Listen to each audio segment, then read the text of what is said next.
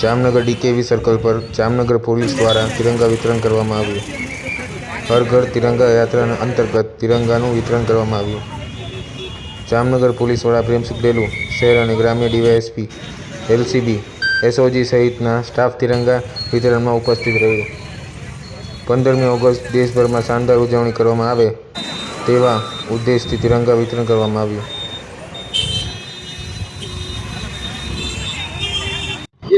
हर घर तिरंगा अभियान अंतर्गत आज जामनगर शहर में डीकेवी सर्किल पर बधा डीवायएसपी साथे मळीने अने आज त्यां तिरंगा झंडा वितरणनो कार्यक्रम राखेलो छे।